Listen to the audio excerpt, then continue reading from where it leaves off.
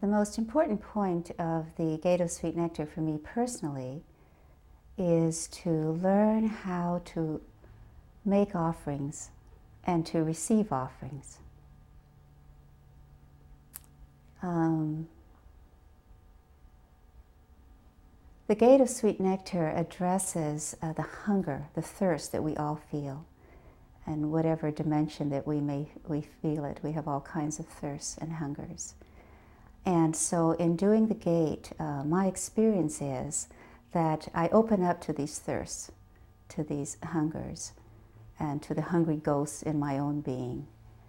And in reciting the gate responds. That's my experience. And it feeds me and satisfies me in some very mysterious and perhaps profound way. And from this place, I open up to offering not just to the hungry spirits or to those who I might see as living outside of my own realm, but to everything, to all of life. So for me personally, the gate is really about learning how to invite in all these hungry parts of my being and beings of others, and then to feed, how to respond. Okay. And then in terms of the rest of the group, or maybe a better way to frame that question would be why you decided to make this ritual part of the practice of everybody here every week. I decided to have the gate be a weekly practice for those of us who are practicing here at the Zen Center because I love the gate. And many years ago, during the time of our founding abbot, Maizumi Roshi, he introduced us to the gate without a translation. So some of us learned to chant it in its original language and without knowing any meaning whatsoever. And it had a particular power, kind of a rhythm, you know. It has an energy that just draws you in. So I loved to chant it, even then, you know, and my thing was to chant it as fast as I could. We chanted it at various times. Once a year during our annual Obon, which is a ritual that comes from Japan to honor one's ancestors, sort of a traditional Japanese Buddhist ritual. And also sometimes during the evening service, but not very often because it's a complicated ritual and not an easy one to learn and to do. So when Bernie Glassman did his translation of the gate, and having had the opportunity to practice it with him for a little bit while I was living in Yonkers, I thought it would be a wonderful thing to introduce here, something to do once a week because it's complicated. And the way the Zen Center practice goes is every day is sort of a different flavor. Every day of the week has a different flavor. And I thought, well, Sunday would be a good day for the gate where we could all make an offering. We can bring our food offerings and learn this ritual. And just learn it very, very slowly over time, since those of us who practice here are working out and have families and are very busy. We're not in the temple all of the time. It's not easy to learn this kind of very complex ritual. So we basically opened up the ritual to everyone, and as people came forward, they were put into different positions and they started to do it. And we've been doing it for 7 years, once a week, without any real study of the gate at all. I feel that for me, one of the important ways that the gate opens up is to simply start to do it. It's a very physical practice, you know, it's a very alive practice, an embodied practice. So we just do it over and over and over and over. And over time, over a long time, I think the gate reveals itself to you, and very slowly. So I thought this would be a good thing to introduce and to just see how it would work for all of us. We have several offerings that are made during the Gate of Sweet Nectar. The practitioners here bring food to offer, and that food is given to the local food bank in Los Angeles. And then we also have the rice offering that we make, or some kind of grain or meal. And that, at the end of the ritual, goes into the garden, back to the earth, to the animals, and to the birds. In my training with Roshi Glassman in Yonkers, it was not so much that we studied the gate together in a very structured way, but the entire environment that he had created in Yonkers is permeated with the gate.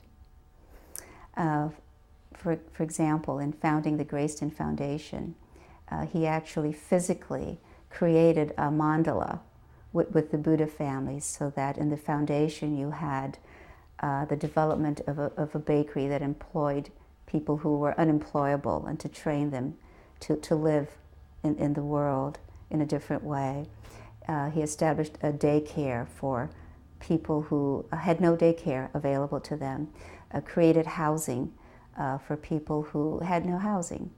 And at the time I was there, they were at the beginning stages of developing the residency for people with AIDS, and also the clinic. And also looking at developing the House of One People, which is one of Roshi Glassman's visions, where all religions can come together in one space and carry out their rituals and to work together. So one thing about the gate that was very prevalent in Yonkers, in Roshi Glassman's work, was the all-inclusiveness, you know, of the gate, that when we could say we step through the gate, we find everybody is there. It does not exclude anyone. And so the mandala of the gate is to express that inclusion of everything in life, just everything. And can we be that big?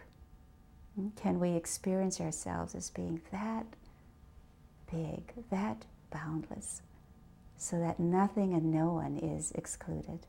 So the atmosphere in Yonkers, in the world that I was practicing at the time, was very much permeated with that kind of energy, I guess I would say. So after our teacher died, Maizumi Roshi, teacher of Bernie Glassman and myself, we were about to do a one-year memorial. And Roshi Glassman asked me to officiate at this memorial, which was a real honor, because normally he would be the officiant. And he asked me to select the service, to design the entire service. So I told him that I wanted to do, as an offering to Maizumi Roshi, the Gate of Sweet Nectar. And I think he was surprised and pleased, I'm sure. And he asked me why did I select the gate? And I told him it was because we were in such a transitional time following Maizumi Roshi's death. And the gate expressed to me the kind of transition we were in. Roshi Glassman had worked with Maizumi Roshi on the translation over many, many years. And Maizumi Roshi had encouraged him to bring the gate into now and enliven it and make it really a powerful practice for us that would help us to live in the world as it is today. And I wanted to make that as an offering to him, you know, wherever we were in the evolution of the gate, that would be our offering at the one-year anniversary of his death. So we managed to pull it together, and we offered the gate to him. It's very powerful. And another time that the gate sort of very specifically came to life for me in a more concrete way was on a street retreat with Roshi Glassman. And we were on a street retreat in New York City. And once a day we would gather in a park somewhere in Manhattan, and we would sit in a circle in the park and chant the gate, recite the gate together. And one day, we had a woman come to the retreat, not as a participant, but she had a friend on the retreat. And she wanted to support him, and she would come every day. She would find us, and she would come with a carload, a trunk load of food for us, because she was so worried we were homeless on the street. You know, we weren't really homeless. We were just on a street retreat.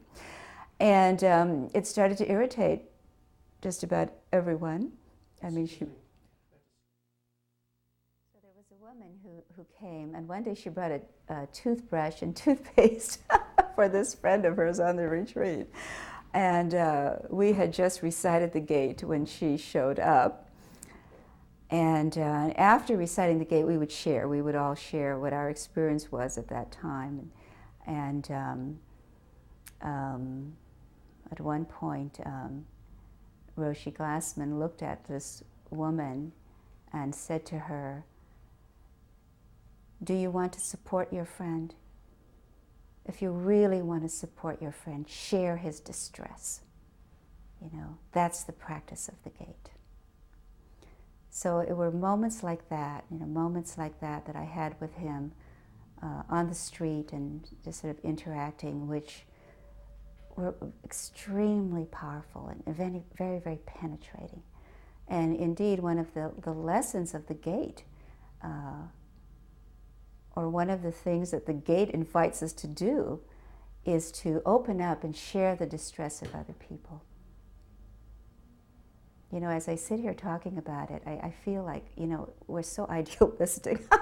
I'm so idealistic, It's one thing to do these rituals and to begin to open up to it. It's a whole other thing to actually step into that. Do I really want to open up? Do I really want to know my hungers? Do I really want to feed myself and satisfy? I think that's a question that arises sometimes.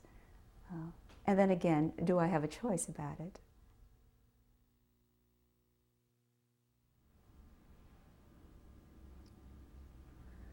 Well, the Hungry Ghost covers a wide range of territory. In the illustrations, the pictures that I've seen of hungry ghosts, you have these little beings about a foot high, I guess, and they're very bloated and very thin necks, and they're starving. And of course, it's impossible to take anything down, and their hair stands straight on end, because they're angry. And I guess it is true, when you're angry, your hair actually does sort of stand on end. And so that's sort of the depiction of the hungry spirit. And we talk about the hungry spirit as anyone who's in the cracks of our culture, anyone who's sort of excluded from the mainstream, who we may be ignoring and not providing for, not caring for. And then we extend that to our own hungers, your hunger, my hunger, whatever it is I'm thirsting for, feeling that I need, there's that kind of needy quality, can never be satisfied, So it encompasses, the hungry ghost encompasses all of these beings, all of these realms. Boy, there's so many things. Okay, the thing that I would be most concerned about conveying to an audience if I were doing this film is that anyone can do this practice of the gate. And I feel that one of the most powerful things about doing this gate practice is that we're all just ordinary folks. And yet we are able and willing to just take up the practice, to just pick up the practice and let it reveal itself to us and move us in whatever direction it's going to take us in our life. And I feel that is so important for each of us to realize that wherever we are, whoever we are, wherever we stand, we can take our place in the world and do this kind of offering, perform this kind of offering, not just in a ritual setting, but let it permeate our entire being and our entire life, and just live the gate on an everyday basis. In the practice of the gate, there are many different levels, I guess, or realms or aspects of its practice. So from one perspective, I can look at the practice as feeding my own hunger, satisfying my own hunger, so that I am full, I am whole and complete, that I realize, I recognize that. And from that place, I can begin to extend that to other people. So that would be a personal practice that moves out into a larger sphere, one would hope. Another way that I think the gate can move us into a larger sphere in terms of what we call social action is that when we begin to look at where our hunger is, we need to go into those areas. If I look at what am I afraid of in the world, and I say, I am terrified of homeless people. They terrify me, and the thought of becoming homeless terrifies me, for example. So in order to practice the gate, I would then enter the world of the homeless, And in that world, I would invite that world in and put myself into that world and begin to let it teach me. So I open up to that world and know that I really don't know anything about it except that I'm scared to death about it. But I'm going to just let it teach me. I'm going to absorb that world. And from that place, I will act in such a way that, hopefully will be of benefit to others and to myself. But there's a very important recognition there that it's not about me helping someone else. It's from this place of the practice of the gate, I recognize that me and this other person are not separate, that our lives are completely intertwined and completely together. So for me to do anything to help anyone is really not the point. The point is to establish the connection, to that with which I'm afraid, or which I see as something not quite me, not quite of my world, not willing to let that into my world. So just establish that connection to say, yes, our life is together. It's one life. And together we'll go through this gate. Together we make the offering. And I'm offering, and can I receive the offering, of a homeless person, of whomever I think is a little bit outside of my realm here. So that really, I think, is a very crucial thing about the gate. And it may move, I don't know, it may move the Zen center into a whole other area. I have no idea. Certainly in the case of Roshi Glassman, he went out into the street. He went out to Auschwitz. He went to all those places that frightened him, that were scary, that he had trouble reconciling, perhaps. And so the practice of the gate is to step into that by inviting it in. In doing the ritual of the Gate of Sweet Nectar, I experience a very powerful energy, sometimes almost overpowering. And always there's a point in the ritual where I just would like to just cry, I'm just so deeply moved by the energy of the chant, of the beauty, the incredible beauty of this ritual. And as we continue to chant it and to get into the ritual,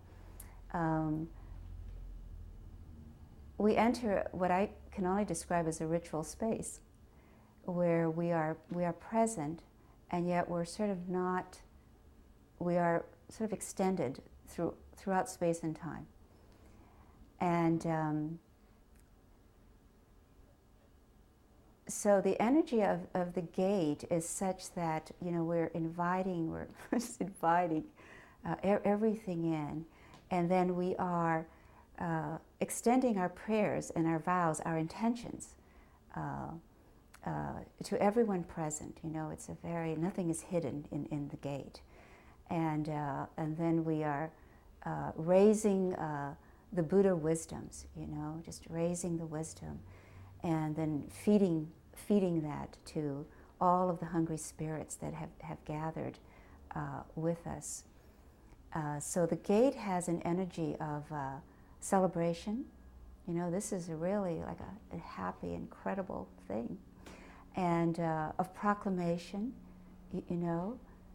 because we are declaring that we have raised the Bodhi mind, and that I am the Buddhas and they are me. Those are very powerful statements to make, never made casually. And these proclamations really change your being, changes the way you are in the world and how one encompasses the world. So for me, the primary energy of the gate, I could describe it this way. I experience it as the arising of great love, and the ultimate offering is this great love of life being completely one life, being completely interconnected. To raise the Bodhi mind is to raise the mind, the heart mind, that encompasses all, and that actually lives from that place, It's, someone was asking me, well, how much does it really include? And I said it includes everything, throughout all space and time. We think big. We go boundless, in all of the directions. And the Bodhi mind is that mind, It's the enlightened mind, the awakened mind. In other words, we're awake to this fact of life. It's a fact of life.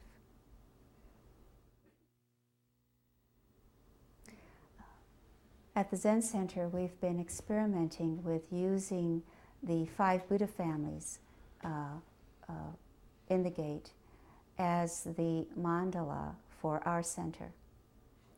And it's a way for us to be inclusive, but also to understand different facets of life and how they are related, and just the complexity of the center.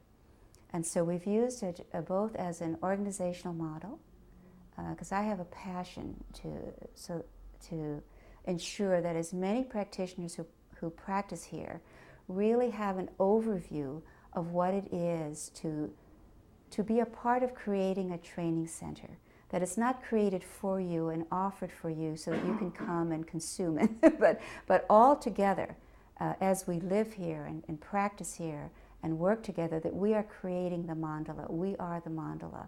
And it's our responsibility to understand all of its facets and the complexity of its interrelationship. So that's one way that we are trying to use the gate.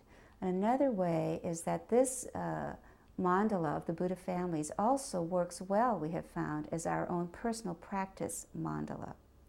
So little by little, I'm trying to develop sort of a map for people so they can look at their lives and see what it is that they're attending to, and what are the facets that are sort of not prominent in their life right now, things that they can move towards at the appropriate time, and areas maybe where that's sort of very overly developed and can be worked with a little bit differently. So it's a way to sort of map our hungers, you might say, and for the organization also, to kind of map the areas that it needs to develop and to understand at any given time.